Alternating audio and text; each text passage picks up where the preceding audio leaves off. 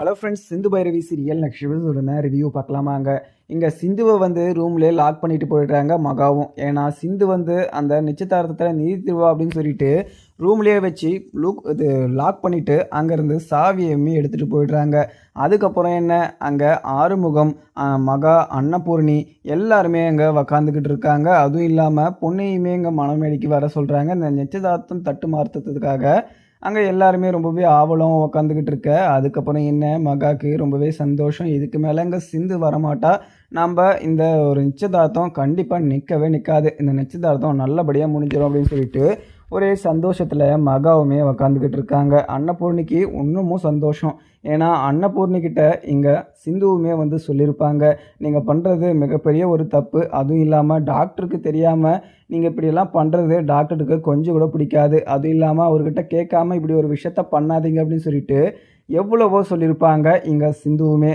ஆனால் அன்னபூர்ணி கொஞ்சம் கூட மனசாட்சி இல்லாமல் சிந்துக்கு எதிராகவும் இங்கே சிவாக்கு எதிராகவும் அங்கே சுவாதிக்கும் சிவாக்கும் இங்கே நிச்சயதார்த்தம் பண்ணுறதுக்காக போயிட்டாங்க. ஆனால் அங்கே சிவா வந்தால் மட்டும்தான் இங்கே என்ன பேச போகிறாங்க, அன்னபூர்ணி என்ன கேட்க போகிறாங்க அப்படின்ற விஷயம் வந்து எல்லாருக்குமே தெரிய வரும். அதுவும் இல்லாமல் அங்கே நிச்சயதார்த்தமும் நல்லபடியாக நடந்துக்கிட்டு இருக்கு. இங்கே ஒரு சைடு வந்து சிந்துவை வந்து மகா வந்து லாக் பண்ணிகிட்டுமே போயிட்டுருக்காங்க. சிந்து எவ்வளவோ கதவை பார்க்குறாங்க, யாருமே அங்கே வந்து கதவை திறக்க மாட்டாங்க. அதுவும் இல்லாமல் அங்கே அந்த வீட்டில் வந்து யாருமே கிடையாது. அதுக்கப்புறம் என்ன, இங்கே ஐயருமே அங்கே பொண்ணு கழுத்தில் மாலையுமே போட சொல்கிறாங்க.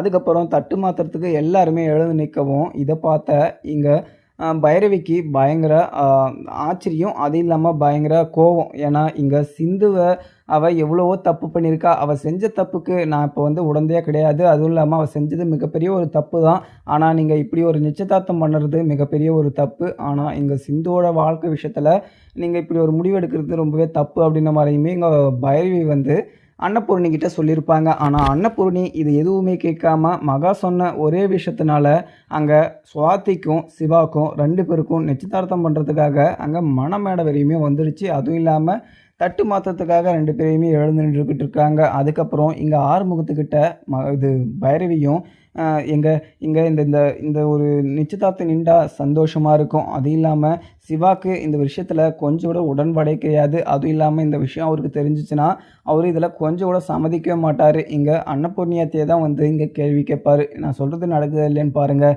எங்கே எப்படியாவது இந்த கல்யாணத்தை இது நிச்சயதார்த்தத்தை நீ நிறுத்தியே ஆகணும் அப்படின்னு சொல்லிட்டு இங்கே பைரவியுமே சொல்கிறாங்க. உடனே ஆறுமுகமும், இது பைரவி நான் என்ன சொல்லி நிறுத்துறது, அம்மா என்ன சொன்னாலுமே கேட்க மாட்டாங்க. அதுவும் இல்லாமல் யார் சொன்னாலையும் அவங்க எடுத்த முடிவில் பின்வாங்க மாட்டாங்க.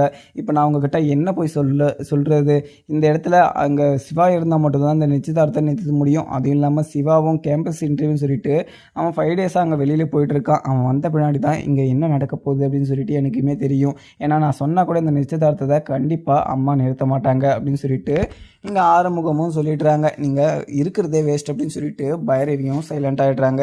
ஏன்னா பைரவியுமே இங்கே சிந்து மேலே பயங்கர கோபமாக தான் இருந்தாங்க. ஏன்னா இங்கே ஆறுமுகத்தை கல்யாணம் பண்ணிக்கிறதுக்கு அங்கே கொஞ்சம் கூட விருப்பமே கிடையாது பைரவிக்கு. ஆனால் இங்கே சிந்து பண்ண ஒரு தப்புனால இங்கே ஆறுமுகத்தை கல்யாணம் பண்ணிக்க வேண்டியதாகிடுச்சு இங்கே பைரவிக்குமே.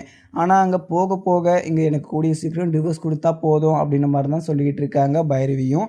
ஆனால் பைரவி இப்படி சொன்னாலையும் கடைசியில் இங்கே ஆறுமுகத்து கூட தான் சேர்ந்து வாழ்வாங்க. ஏன்னா ஆறுமுகமே நல்ல ஒரு பர்சனே சொல்லலாம்.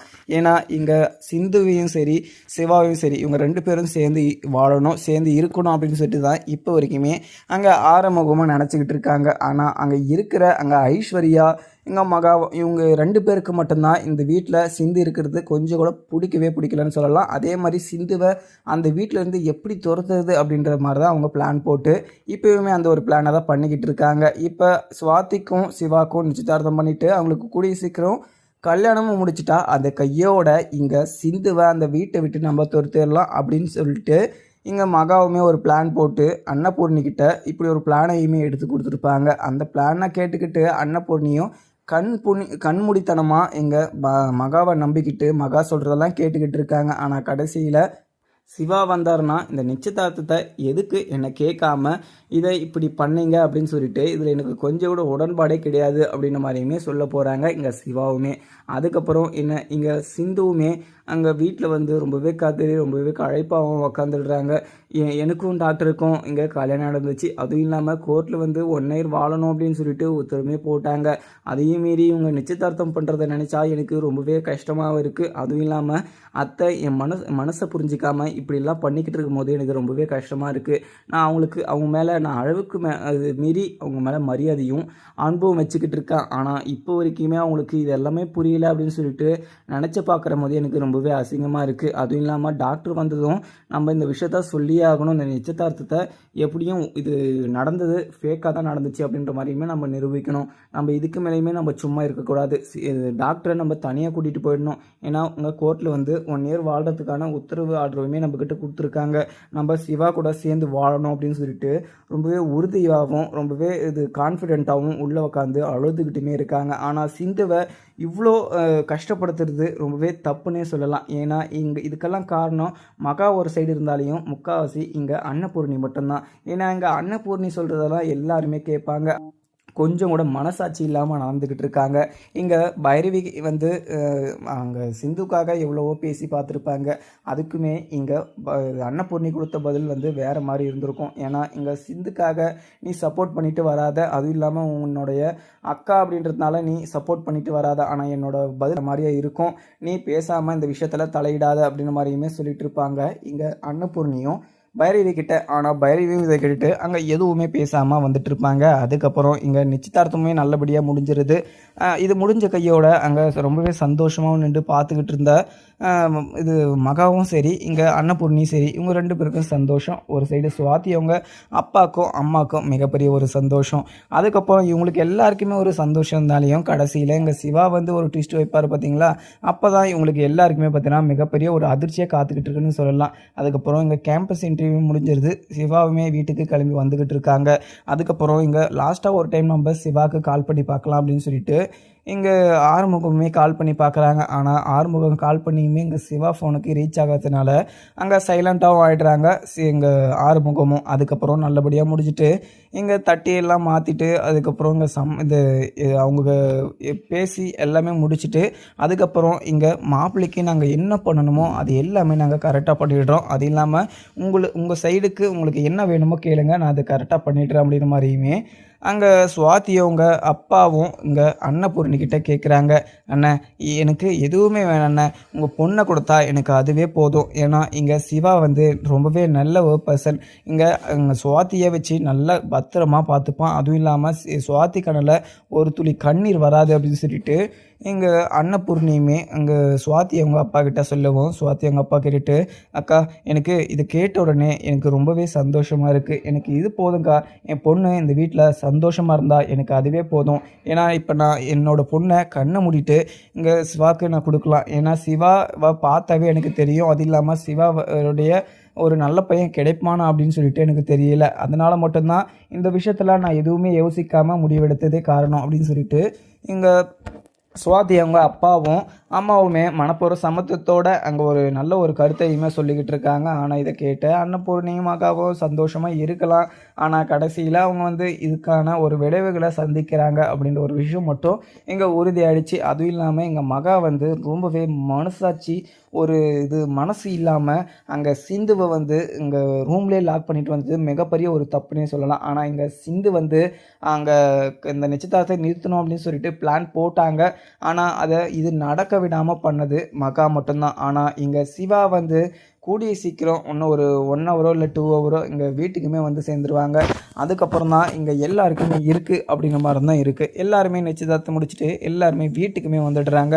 அதுக்கப்புறம் அங்கே வீட்டுக்கு வந்த கையோட அந்த பூட்டையுமே ஓப்பன் பண்ணிவிட்டு அங்கேருந்து ஓடி போயிடுறாங்க மகாவும். அதுக்கப்புறம் என்ன சவுண்டு கேட்குது அப்படின்னு சொல்லிட்டு இங்கே சிந்துவுமே அந்த ரூமை வந்து ஓப்பன் பண்ணிவிட்டு வெளியுமே வளர்ந்துக்கிட்டு இருக்காங்க. அதுவும் இல்லாமல் கண்ணுலலாம் பார்த்தீங்கன்னா தண்ணீர் இருக்கிறதுனால கண்ணில் தண்ணியெல்லாம் துடைச்சிட்டு அங்கே உள்ளேயுமே வராங்க. வந்ததும் அங்கே அன்னபூர்ணி மகான்னு சொல்லிட்டு அங்கே சோபாவில் உக்காந்துக்கிட்டு இருக்கவும் உடனே இங்கே சிந்து வந்து அங்கே போயிட்டு, அத்தை நீங்கள் பண்ணது மிகப்பெரிய ஒரு தப்பு. நான் அவ்வளோ நேரம் உங்களுக்கு எடுத்து சொல்லியுமே நீங்கள் புரியாமல் இப்படி ஒரு விஷயத்த நீங்கள் பண்ணிட்டு வந்துட்டீங்க. ஆனால் நீங்கள் நிச்சயதார்த்தம் பண்ணாலையும் இந்த கல்யாணம் நடக்க போகிறது கிடையாது. டாக்டருக்கு இந்த ஒரு நிச்சயதார்த்தத்தில் கொஞ்சம் கூட விருப்பமே இருக்காதுன்னு தான் நினைக்கிறேன். அதுவும் இல்லாமல் நீங்கள் சொல்கிறத அவர் கண்டிப்பாக கேட்க மாட்டார் அப்படின்னு சொல்லிட்டு இங்கே சிந்துவுமே சொல்லிடுறாங்க. சிந்து சொன்னதை கேட்ட அன்னபூர்ணியுமே இங்கே சிவா நான் என்ன முடிவெடுக்கிறேனோ நான் என்ன சொல்கிறேனோ அந்த விஷயத்தில் தான் அவனுக்கு கட்டுப்படுவான். அவன் நான் சொல்கிறத மீறி அவன் எந்த ஒரு விஷயமும் பண்ண மாட்டான் அப்படின்னு சொல்லிட்டு இங்கே அன்னபூர்ணி வந்து ரொம்பவே கான்ஃபிடென்ட்டாக சொல்லுவோம். உடனே இங்கே சிந்துவும், அத்தை நீங்கள் சின்ன வயசுலேருந்து என்ன சொன்னீங்களோ அதை தான் பண்ணிட்டு இருந்தார் ஆனால் சிவா. ஆனால் இந்த விஷயத்தில் கண்டிப்பாக இந்த விஷயத்தில் நீங்கள் சொன்னதில் அவர் விருப்பமே கிடையாது. அதுவும் இல்லாமல் இதுக்கு அவர் ஓகேவும் சொல்ல மாட்டார். அவர் என்னோட புருஷன் என் கூட தான் சேர்ந்து வாழணும். அதுவும் இல்லாமல் எனக்கும் அவருக்கும் கல்யாணம் ஆகிடுச்சு. அதுவும் இல்லாமல் கோர்ட்டில் இயரிங்குமே போயிட்டுருக்கு. 1 இயர் வந்து என்ன அவர் கூட சேர்ந்து வாழ சொல்லியிருக்காங்க. இந்த மாதிரி ஒரு சுச்சுவேஷனில் நீங்கள் 2 பேரும் இப்படியெல்லாம் ஒரு முடிவு எடுத்துருக்கக்கூடாது. அதுவும் இல்லாமல் நீங்கள் இப்படி ஒரு முடிவு எடுத்ததே சட்டப்படி குற்றம் அப்படின்னு சொல்லிட்டு இங்கே சிந்துவுமே சொல்கிறாங்க. உடனே எங்கள் மகாவும், என்ன சிந்து உங்கள் வீட்லேயே உன்னை நீ இவ்வளோ பெரிய தப்பு பண்ணியிருக்க அப்படின்னு சொல்லிட்டு உன்னை தலைமுழுங்கிட்டாங்க. இதுக்கு மேலே உனக்கு என்ன மரியாதை வேண்டியது இருக்குது? இங்கே அன்னபூர்ணி அக்கா தான் உன்னை போனா போட்டோன்னு சொல்லிட்டு இந்த வீட்டில் தண்டை கஞ்சி ஊற்றிக்கிட்டு இருக்காங்க. இவ்வளோ பண்ணியுமே நீ இவ்வளோ எதிர்த்து பேசிக்கிட்டு இருக்க, எவ்வளோ எகத்தாளம் இருக்கும். உன்னை கூடி சீக்கிரம் இந்த விட்டு தோத்துட்டு இங்கே சுவாதிக்கும் சிவாவுக்கும் தான் கல்யாணம் நடக்க போகுது. நீ இதில் எந்த ஒரு மாற்ற கருத்தும் இல்லை. இங்கே அன்னபூர்ணி அக்கா தெய்வ வாக்கு. அந்த ஒரு முடிவு எடுத்துட்டாங்கன்னா அந்த முடிவில் பின்வாங்க மாட்டாங்க. அதே மாதிரி இங்கே அன்னபூர்ணி அக்கா என்ன சொல்கிறாங்களோ அதை தான் இங்கே சிவாவுமே கேட்பான் அப்படின்னு சொல்லிட்டு இங்கே மகாவுமே சொல்லிக்கிட்டு இருக்காங்க. அத்தை நான் உங்ககிட்ட எந்த ஒரு விஷயமும் பேசுறதுக்காக வரல.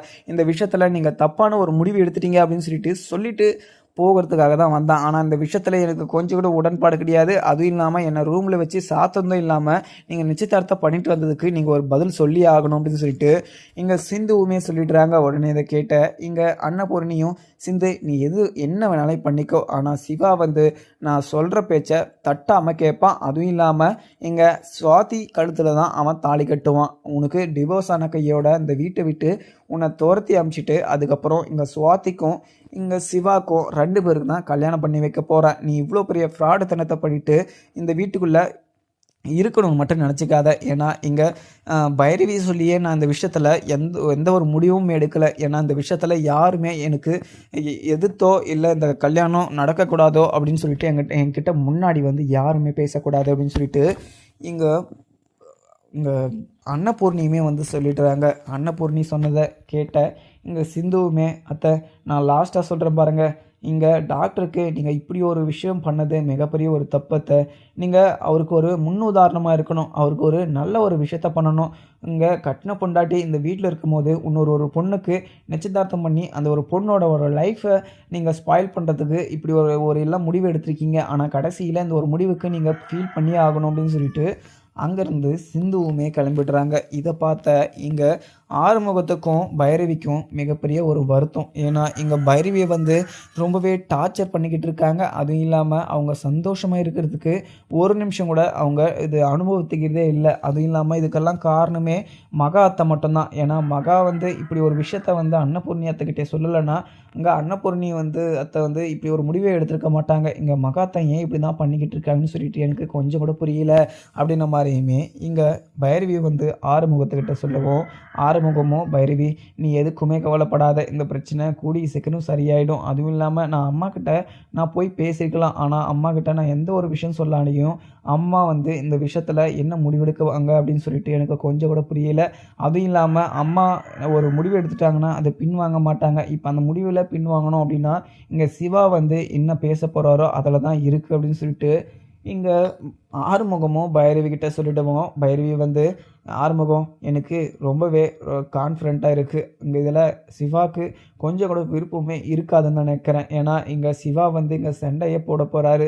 இந்த விஷயத்தில் அவர்கிட்ட பர்மிஷன் வாங்காமல் இப்படி ஒரு முடிவு எடுத்ததுக்கே அவங்க பதில் சொல்லி ஆகணும் இங்கே சிவா ப்ரோக்கிட்ட அப்படின்னு சொல்லிட்டு இங்கே பைரவி சொல்லிடுறாங்க. அதுக்கப்புறம் என்ன, இங்கே சிந்துவுமே அங்கே வெளியே போயிட்டு உக்காந்துக்கிட்டு பயங்கரமாக அழுதுகிட்டு இருக்காங்க. டாக்டரே நீ எப்போ வருவ டாக்டர், நான் உனக்கு காண்டாக்ட் காண்டாக்ட் பண்ணாலையுமே உனக்கு ஃபோனுமே ரீச் ஆக மாட்டேங்குது. நீ இல்லாத நேரத்தில் இந்த வீட்டில் என்னென்னமோ பண்ணிக்கிட்டு இருக்காங்க. நீ டாக்டர் கொஞ்சம் சீக்கிரமாக வா டாக்டர். எனக்கு ரொம்பவே கஷ்டமாகவும் இருக்குது. ஏன்னா நான் எவ்வளவோ பெரிய தப்பு பண்ணியிருக்கலாம். ஆனால் அந்த தப்புக்கு நீங்கள் ஒரு பரிகாரம் கொடுக்கக்கூடாதா, ஒரு மன்னிப்பு கொடுக்கக்கூடாதா? ஏன்னா நான் ஏதோ இந்த உலகத்தில் யாருமே பண்ணாத ஒரு தப்பை பண்ணிட்ட மாதிரி என்னை இவ்வளோ ஒரு குற்றவாளியை நிற்க வச்சுக்கிட்டு இருக்கிறது எனக்கு கொஞ்சம் கூட பிடிக்கல. அதுவும் இல்லாமல் எனக்கு ரொம்பவே கஷ்டமாக இருக்குது. இந்த வீட்டில் நான் இவ்வளோ கஷ்டத்தையுமே சகிச்சுக்கிட்டு இங்கே தாழ்ந்து போயிட்டுருக்கேன்னா அதுக்கு ஒரே காரணம் டாக்டர் உன்னை நினச்சிக்கிட்டு இருக்க அப்படின்னு சொல்லிட்டு அந்த ஒரு காரணம் மட்டும்தான். நீ இல்லைனா நான் உயிரோடையே இருக்க மாட்டேன் அப்படின்னு சொல்லிட்டு அங்கே பைரவி வந்து நினச்சி பார்த்துக்கிட்டே அழுதுகிட்டு இருக்காங்க. அதுக்கப்புறம் சிந்துவுமே நினச்சி பார்த்து அழுதுகிட்டு இருக்காங்க. அதுக்கப்புறம் என்ன, இங்கே பைரவி வந்து கீழே வந்து இங்கே சிந்துவை பார்த்து அங்கே ஓரமாக நின்றுக்கிட்டு இருக்காங்க. சிந்து அழுறதை பார்த்த அவங்க பைரவிக்குமே ரொம்பவே வருத்தமாகவும் இருக்குது. ஏன்னா சிந்து ரொம்பவே பாவனே சொல்லலாம். ஆனால் இங்கே மகா இருக்கவங்கள பார்த்தீங்களா, அங்கே சிந்து ஒரு நிமிஷம் கூட சந்தோஷமாக இருக்கக்கூடாது அப்படின்னு சொல்லிட்டு யோசிச்சு தான் இப்படியெல்லாம் ஒரு விஷயத்த பண்ணிக்கிட்டு இருக்காங்க. ஆனால் நம்ம இப்போ சிந்துக்கு ஒரு ஆறுதலாக தான் இருக்கணும் அப்படின்னு சொல்லிட்டு அங்கே பைரவியும் அங்கே சிந்துக்கிட்ட போயிட்டு, சிந்து நீ எதுக்குமே கவலைப்படாத, இங்கே சிவாவுக்கு இதில் கொஞ்சம் கூட விருப்பமே இருக்காது. அதுவும் இல்லாமல் சிவா வந்து இங்கே வீட்டுக்கு வந்தார்னா இந்த விஷயம் எதுக்காக நீங்கள் பண்ணீங்க, அதுவும் இல்லாமல் என்னை கேட்காம எதுக்கு பண்ணீங்க, இந்த நிச்சயதார்த்தத்தில் எனக்கு கொஞ்சம் கூட விருப்பமே கிடையாது அப்படின்ற மாதிரி இங்கே சிவா சொல்லுவார். நீ எதுக்குமே கவலைப்படாத சிந்து, உனக்கு கூட நான் இருக்கோம். அது இல்லாமல் இங்கே சிந்துக்கு சிவாவுக்கு தெரியாமல் இந்த நிச்சயதார்த்தம் நடந்துடலாம், ஆனால் சிவாவுக்கு தெரியாமல் இந்த கல்யாணம் நடக்கவே நடக்காது அப்படின்னு சொல்லிட்டு இங்கே பைரவி வந்து சிந்துக்கிட்ட சொல்லி சமாதானமும் படுத்திக்கிட்டு இருக்காங்க. உடனே இங்கே அங்கே அன்னபூர்ணியத்தையை நினச்சிக்கிட்டு நீ வருத்தப்பட்டுக்கிட்டு இருக்காத, அன்னபூர்ணியத்தை உன் மேலே இருக்கிற கோவத்தில் தான் இப்படியெல்லாம் ஒரு முடிவு எடுத்துக்கிட்டு இருக்காங்க. அதுக்கு உடந்தையாகவும் இங்கே மகாத்தா அங்கே அன்னபூர்ணியத்துக்கிட்ட ஏதாவது ஒன்று சொல்லி அங்கே அன்னபூர்ணியத்தையை ஏற்றி விட்டு இந்த நிச்சயதார்த்தையுமே பண்ணி விட்டுட்டாங்க. ஆனால் சிவா வந்தாருன்னா இந்த நிச்சயதார்த்தம் எதுக்காக பண்ணீங்க அப்படின்னு சொல்லிட்டு கேட்காம விட மாட்டார். சிவாவுக்கு இந்த விஷயத்தில் கொஞ்சம் கூட விருப்பமே கிடையாது அப்படின்னு சொல்லிட்டு இங்கே பைரவியும் சொல்லிட்டுறாங்க. உடனே இங்கே சிந்துவும் பைரவி நான் என்ன பண்ணுறது, நான் எவ்வளவோ முயற்சி பண்ணி பார்த்தேன், ஆனால் இந்த நிச்சயதார்த்தையுமே நிறுத்த முடியல. அதுவும் இல்லாமல் என்னை ரூம்லேயே வச்சு லாக் பண்ணிட்டு போயிட்டாங்க. நான் எவ்வளோ தான் இந்த விஷயத்தில் அவங்களுக்கு புரிய வைக்கணும் அப்படின்னு சொல்லிட்டு நினச்சாலையுமே எனக்கு ரொம்பவே வருத்தமாக தான் இருக்குது. ஏன்னா நான் என்ன தப்பு பண்ணிட்டேன், நான் அவங்க மேலே இருக்கிற பாசத்தில் ஏதோ பொய்யா என் கழுத்தில் நான் தாலி கட்டிக்கிட்டு சிவா தான் டாக்டர் தான் என் கழுத்தில் தாலி கட்டினார் அப்படின்னு சொல்லிட்டு நான் ஒரு பொய்யை சொன்னேன். ஆனால் அந்த ஒரு பொய்க்காக என்னை இப்படியெல்லாம் கஷ்டப்படுத்திக்கிட்டு இருக்காங்க. அவங்களுக்கு நான் என்னோட கஷ்டமோ என்னோட வருத்தமோ கொஞ்சம் கூட புரியாமல் இப்படியெல்லாம் பண்ணிக்கிட்டு இருக்கிறதெல்லாம் பார்க்குற போது தான் எனக்கு ரொம்பவே கஷ்டமாக இருக்குது. ஏன்னா இங்கே அன்னபூர்ணியத்தையே இப்படிலாம் பண்ணிக்கிட்டு இருக்கும்போது எனக்கு எவ்வளோ பெரிய கஷ்டமாக இருக்கும் அப்படின்னு சொல்லிட்டு இங்கே சிந்துவுமே பைரவி கிட்டே சொல்லுவோம். பைரவி நீ இந்த விஷயத்த ஃபஸ்ட்டு நினைக்காத. இங்கே இது சிவா வந்தாருன்னா நீ இந்த விஷயத்த சொல்லி எப்படியாவது இந்த விஷயத்தை பற்றி அங்கே கேட்டே ஆகணும் அப்படின்னு சொல்லிட்டு அங்கே பைரவி சொல்லிவிட்டு அங்கேருந்து கிளம்பிடுறாங்க. அதுக்கப்புறம் இங்கே சிவாவுமே வீட்டுக்குமே வந்துடுறாங்க. காரு வந்து நிற்கவும் அங்கே உக்காந்துட்டு இருந்த சிந்துவும் அழுதுகிட்டே போயிட்டு அங்கே சிவா கிட்ட முன்னாடி நின்று அழுதுகிட்டு இருக்காங்க. உடனே இதை பார்த்த சிவாவுக்கு ரொம்பவே ஆச்சரியமாகவும் எதுக்கு சிந்து அழுதுகிட்டு இருக்க, என்ன நடந்துச்சு அப்படின்னு சொல்லிட்டு இங்கே சிவா வந்து சிந்துக்கிட்ட கேட்கவும் சிந்து வந்து டாக்டர் நீ இல்லாத நேரம் இந்த வீட்டில் என்னென்னமோ பண்ணிக்கிட்டு இருக்காங்க, அதுவும் இல்லாமல் அந்த சுவாதிக்கும் உனக்கும் நிச்சயதார்த்தம் பண்ணி முடிச்சிட்டு இருக்காங்க, இந்த விஷயத்த எதுக்காக பண்ணிக்கிட்டு இருக்கீங்க, டாக்டர் கேட்காம நீங்கள் இப்படியெல்லாம் ஒரு முடிவு எடுக்கக்கூடாது அப்படின்னு சொல்லிட்டு நான் சொல்லியுமே இந்த நிச்சயதார்த்தத்தை பண்ணி முடிச்சிட்டாங்க. எனக்கு ரொம்பவே பயமாக இருக்குது டாக்டர், நீ என் மேலே பாசம் வச்சுக்கிட்டு இருக்குல்ல, இந்த நிச்சயதார்த்தம் எதுக்காக நடந்துச்சு அப்படின்னு சொல்லிட்டு நீங்கள் கேட்டே ஆகணும், இந்த நிச்சயதார்த்தத்தில் எனக்கு கொஞ்சம் கூட விருப்பம் இல்லைன்னு சொல்லிட்டு நீங்கள் சொல்லணும் அப்படின்னு சொல்லிட்டு அங்கே சிந்துவுமே சிவா கிட்ட சொல்லவும் சிவா வந்து இதை கேட்டதுமே கோவத்தில் சிந்து என்ன சொல்லிக்கிட்டு இருக்க, என்னை கேட்காம அவங்க இப்படி ஒரு விஷயத்த பண்ணியிருக்கக்கூடாது, இந்த விஷயத்தில் எனக்கு கொஞ்சம் கூட விருப்பமே கிடையாது அப்படின்னு சொல்லிட்டு அங்கே வந்து கோவமாக சிவாவுமே அங்கே அன்னபூர்ணிக்கிட்டேயுமே போகிறாங்க. அன்னபூர்ணி உட்காந்து ஃபோனெல்லாம் பேசிக்கிட்டு இருக்காங்க. அந்த கல்யாணத்துக்கு ஒரு எல்லா செலவுமே அந்த பத்திரிக்கை அப்படின்ற மாதிரிலாம் அடித்து வைக்க சொல்லி அங்கே பேசிக்கிட்டு இருக்கவும் இங்கே சிவா உள்ளே போன கையோட அங்கே அன்னபூர்ணிக்கிட்ட பெரியம்மா நீங்கள் பண்ணது மிகப்பெரிய ஒரு தப்பு, என்னை கேட்காம எங்கள் சுவாதிக்கும் எனக்கும் நிச்சயதார்த்தம் எதுக்காக பண்ணீங்க அப்படின்னு சொல்லிட்டு சிவா வந்து அன்னபூர்ணியை எதிர்த்துமே கேட்குறாங்க. இதை பார்த்த மகாக்கு மிகப்பெரிய ஒரு அதிர்ச்சி. ஏன்னா இங்கே அன்னபூர்ணியை என்றைக்குமே சிவா வந்து எதிர்த்துமே பேசுனது கிடையாது. அன்னபூர்ணி எடுத்த முடிவில் அவன் ஓகே தான் சொல்லியிருக்கான், மறுப்பு சொன்னதே கிடையாது. ஆனால் இப்போ ஏன் இது மாதிரிலாம் பண்ணிக்கிட்டு இருக்கான் அப்படின்னு சொல்லிட்டு அவங்க உறைஞ்சி போய் நின்றுடுறாங்க. அதுக்கப்புறம் அங்கே சிவா வந்து அன்னபூர்ணிக்கிட்ட, "போறியாம்மா, நான் உங்கள் மேலே எவ்வளவோ பெரிய மரியாதை வச்சுட்டு இருந்தேன். ஆனால் நீங்கள் என்னை கேட்காம இந்த நிச்சயதார்த்தம் பண்ணியிருக்கக்கூடாது. ஏன்னா நான் உங்கள் மேலே மிகப்பெரிய ஒரு மரியாதை வச்சுருக்கேன். ஏன்னா இப்போ கோர்ட்டில் கேஸுமே நடந்துக்கிட்டு இருக்கு. இந்த மாதிரி ஒரு சுச்சுவேஷனில் இந்த நிச்சயதார்த்தத்தில் எனக்கு கொஞ்சம் கூட விருப்பமே கிடையாது. விருப்பம் இல்லாத நிச்சயதார்த்தத்தை என்னை கேட்காம எனக்கும் உங்கள் சுவாத்திக்கும் எதுக்காக நிச்சயதார்த்தம் பண்ணீங்க?" அப்படின்ற விஷயத்த வந்து இங்கே கோவத்துலையுமே கேட்குறாங்க இங்கே அன்னபூர்ணிக்கிட்ட. உடனே இங்கே அன்னபூர்ணியும், "சிவா, என்னப்பா பேசிக்கிட்டு இருக்க? நான் நான் எந்த விஷயம் சொன்னாலையும் நீ இதை ஓகே எடுத்துக்குவ. அதுவும் இல்லாமல் நான் ஒரு விஷயம் எடுத்தேன்னா அது கரெக்டாக தான் இருக்கும் அப்படின்னு சொல்லிட்டு நீ இது சரின்னு சொல்லிடுவ. அப்படின்ற ஒரே காரணத்தினால மட்டும்தான் நான் உனக்கும் சுவாத்திக்கும் இப்படி ஒரு நிச்சயதார்த்தமே பண்ணேன். அதுவும் இல்லாமல் சுவாத்தி ரொம்பவே நல்ல பொண்ணு. அதுவும் இல்லாமல் நல்லாவே படிச்சிருக்கா. உன்னை ரொம்பவே சந்தோஷமாக வச்சு பார்த்துப்பா. அதுவும் இல்லாமல் நீ வந்து அவளுக்கு ஈக்குவலாக நல்லாவும் இருக்க. அப்படின்றதுனால ஒரே காரணத்தால மட்டும்தான் 2 பேருக்கும் நிச்சயதார்த்தமும் நான் பண்ணி முடித்தேன். ஆனால் இந்த விஷயத்தில் உனக்கு கொஞ்சம் கூட உடன்பாடு இல்லை அப்படின்னு சொல்லிட்டு எனக்கு சொன்னதில் எனக்கு மிகப்பெரிய ஒரு கஷ்டம். நீ இப்படி பேசுவேன்னு சொல்லிட்டு நான் நினச்சி கூட பார்க்கல அப்படின்ற மாதிரியுமே அன்னபூர்ணி சொல்கிறாங்க. உடனே இங்கே சிவாவும், "பெரியம்மா, நான் இன்னும் நான் உங்களுக்கு சொல்லட்டும். அதுவும் இல்லாமல் நீங்கள் அப்போது வந்து நீங்கள் என்னை கேட்காம ஒரு முடிவு எடுத்தீங்க. அதுக்கு எல்லாமே நான் ஓகேவும் பண்ணேன். ஆனால் இந்த விஷயத்தில், இந்த நிச்சயதார்த்தத்தில் எனக்கு கொஞ்சம் கூட விருப்பம் இல்லை பெரியம்மா. இந்த நிச்சயதார்த்தம் நடந்தது சும்மா ஒரு ஃபேக்கு தான். ஆனால் இந்த நிச்சயதார்த்தத்தில் எனக்கு கொஞ்சம் கூட விருப்பம் இல்லை" அப்படின்னு சொல்லிட்டு அங்கே அன்னபூர்ணிக்கிட்ட சொல்லிடுறாங்க. பக்கத்தில் நின்றிருந்த சிந்துவுமே மயக்கம் வர மாதிரி இருக்குது அப்படின்னு சொல்லிட்டு தலையை பிடிச்சிக்கிட்டு இருக்காங்க. அதுக்கப்புறம் இங்கே மகாவும் இங்கே சிவாவை பார்த்து, "சிவா, என்னப்பா பேசிக்கிட்டு இருக்க? இங்கே அன்னபூர்ணி அக்காவை பார்த்து இப்படியெல்லாம் எதிர்த்து பேசுவியா? அவங்க நல்லதுக்கு தானே பண்ணியிருக்காங்க. அதுவும் இல்லாமல் உன்னோட வாழ்க்கை நல்லா இருக்கட்டும் அப்படின்னு சொல்லிட்டு தான் அவங்க இப்படி ஒரு முடிவு எடுத்திருக்காங்க.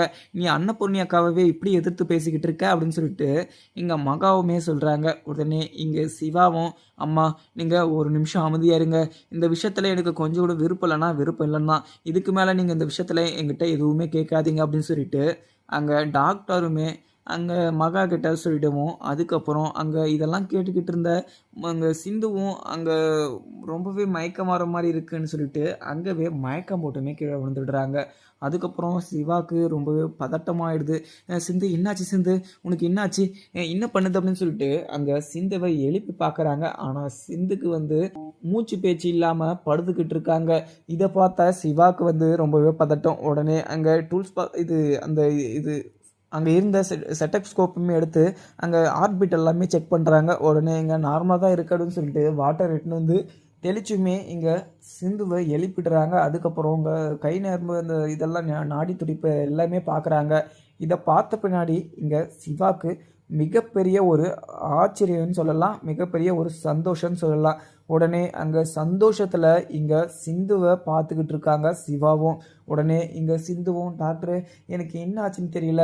எனக்கு காலையில் இருந்து எனக்கு மயக்கம் வர மாதிரி இருந்துச்சு. என்னால் வாமிட் வர மாதிரி இருந்துச்சு. என்னால் ஒரு இடத்துல உட்கார முடியல" அப்படின்னு சொல்லிட்டு இங்கே சிந்துவுமே அங்கே டாக்டர்கிட்ட இங்கே சிவா கிட்ட சொல்லவும், சிவா இதை கேட்டுட்டு, "சிந்து, ரொம்பவே நல்ல ஒரு விஷயம் நடந்திருக்கு. நீ முழுகாமல் இருக்க" அப்படின்னு சொல்லிட்டு அங்கே சிவாவுமே சந்தோஷத்தோடு சொல்லவும், இதை கேட்ட அங்கே சிந்துக்கு மிகப்பெரிய ஒரு சந்தோஷம். அதை கேட்டதும் சிந்து வந்து பயங்கர ஹாப்பினஸ். இதை கேட்ட அன்னபூர்ணி மகான்னு சொல்லிட்டு இவங்க 2 பேருக்கும் மிகப்பெரிய ஒரு ஆச்சரியனே சொல்லலாம். அவங்க 2 பேரும் இது எப்படி சாத்தியமாச்சு அப்படின்னு சொல்லிட்டு அவங்க முழிச்சுக்கிட்டு நின்றுக்கிட்டு இருக்காங்க. அதுக்கப்புறம் என்ன, அங்கே நின்றுக்கிட்டு இருந்த பைரவி ஆறுமுகம்னு சொல்லிட்டு ரொம்பவே சந்தோஷத்தோட அங்கே சிந்துக்கிட்ட வந்து, "சிந்து, ரொம்பவே சந்தோஷம். கங்க்ராச்சுலேஷன். உன்னோட குழந்த நல்லபடியாக ஆரோக்கியமாக வளரணும். அது இல்லாமல் நீ கர்ப்பமாக இருக்க அப்படின்னு சொல்லிட்டு எனக்கு சந்தோஷமாக இருக்கு" அப்படின்னு சொல்லிட்டு இங்கே பைரவி வந்து அங்கே சிந்துக்கு ரொம்பவே வாழ்த்துரிமையை கொடுக்குறாங்க. அதுக்கப்புறம் இங்கே நின்றுக்கிட்டு இருந்த ஆறுமுகமும், "சிந்து, வாழ்த்துக்கள் சிந்து. நீ கர்ப்பமாக இருக்க. எனக்கு மிகப்பெரிய ஒரு ட்ரீட்டுமே வைக்கணும். இங்கே சிவா, உனக்குமே வாழ்த்துக்கள்" அப்படின்னு சொல்லிட்டு அங்கே நின்றுக்கிட்டு இருந்த பைரவியும் ஆறுமுகமும் வாழ்த்துக்கள்லையுமே சொல்லிக்கிட்டு இருக்காங்க. இதை கேட்ட இங்கே அன்னபூரணியும் மகாவும் உறைஞ்சி போய் இந்த விஷயத்தில் என்ன முடிவெடுக்கிறதுன்னு சொல்லிட்டு தெரியாமல் குழம்பி போய் நின்றுக்கிட்டு இருக்காங்க. அதுக்கப்புறம் என்ன, இங்கே மகாவுமே இவ எப்படி கர்ப்பமாகனா, இது எப்படி நடந்துச்சு, ஐயோ இதுக்கு மேலே இந்த சிந்துவை இந்த வீட்டை விட்டு நம்மளால் துரத்த முடியாது அப்படின்னு சொல்லிட்டு தலையை பிச்சுக்கிட்டு நின்றுக்கிட்டு இருக்காங்க இங்கே மகாவும். ஆனால் இங்கே அன்னபூரணி இதுக்கு மேலே எந்த ஒரு பேச்சையும் எந்த ஒரு வார்த்தையுமே பேசாமல் அங்கே மனசொடைஞ்சி உக்காந்துறதாங்க. ஐயோ நான் இப்போ அங்கே அண்ணனுக்கு நான் என்ன பதில் சொல்கிறது, ஏன்னா இங்கே சுவாதிக்கும் சிவாக்கும் இங்கே நிச்சயதார்த்தம் பண்ணி முடித்த கையோட இப்படி பிரச்சனையெல்லாம் நடக்குதே, அதுவும் இல்லாமல் இந்த நிச்சயதார்த்தத்தில் கொஞ்சம் கூட விருப்பம் இல்லைன்னு சொல்லிட்டு சிவா வந்து சொல்கிறான். இதில் நான் என்ன முடிவெடுக்க போகிறேன், நான் எடுத்த முடிவில் இப்படி ஒரு அது கவலைக்கிடமான இப்படி ஒரு முடிவு எடுக்கிறதுக்கு முன்னாடி இங்கே சிவா கிட்ட கேட்டிருக்கணும் ஒரு வார்த்தை. ஆனால் சிவா கிட்ட கேட்காம இருந்தது என் மேலே தப்பு தான். ஆனால் இப்போ சிந்து வந்து கர்ப்பமாக இருக்கா. இந்த மாதிரி சுச்சுவேஷனில் நான் என்ன முடிவு எடுக்கிறேன்னு சேர்த்து தெரியாமல் முழிச்சிக்கிட்டு இருக்கவும் இங்கே அன்னபூரணி. ஆனால் இங்கே மகா வந்து இதுக்குமே ஒரு ட்விஸ்ட்டுமே வச்சுட்டு இருப்பாங்க. இதுக்கப்புறம் இங்கே சிந்துவை எப்படி வெளியே அனுப்புறது அப்படின்னு மாதிரிலாம் யோசிச்சுக்கிட்டு சிந்துவை என்ன பண்ணலாம் அப்படின்ற மாதிரி திருத்து தடமாலாம் யோசிச்சுக்கிட்டு இருப்பாங்க. அதுக்கப்புறம் என்னதுன்னு பார்க்கலாமாங்க. வீடியோ பிடிச்சதா லைக் பண்ணுங்கள். Thank you friends.